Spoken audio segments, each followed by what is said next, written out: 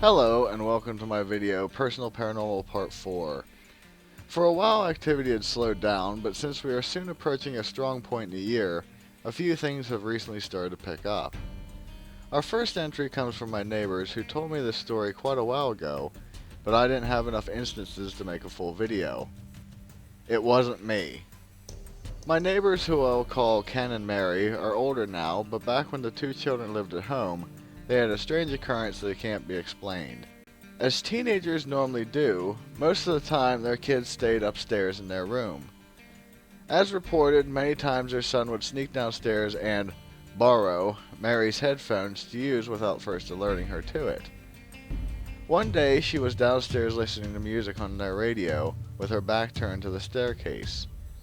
Mary heard something creeping down behind her, messing in the CD case on the radio.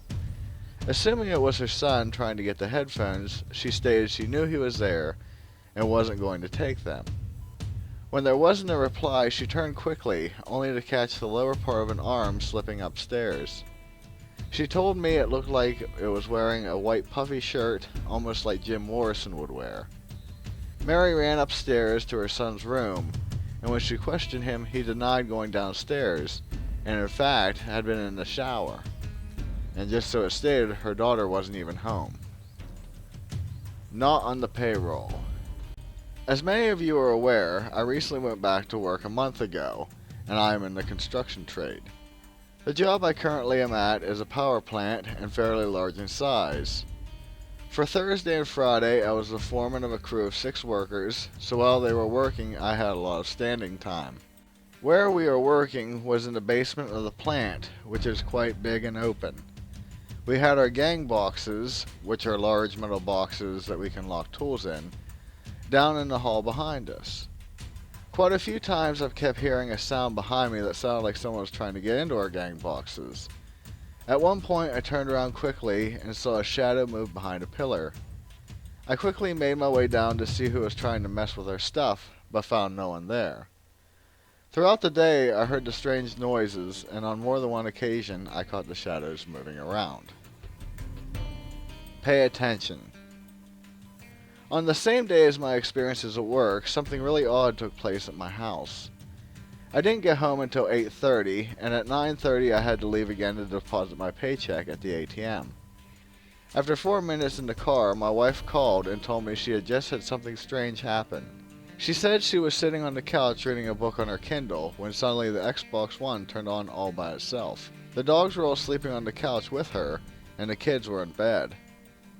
I told her, well, it's getting close to Halloween, where we normally see a spike in spiritual energy. We hung up and I completed my tasks and drove home. As soon as I got in the door, my wife told me there was another occurrence that happened almost as soon as we hung up. There was a pile of folded clothes sitting on the center of the table in the kitchen, and as soon as she put down her phone, the whole pile slid off of the table.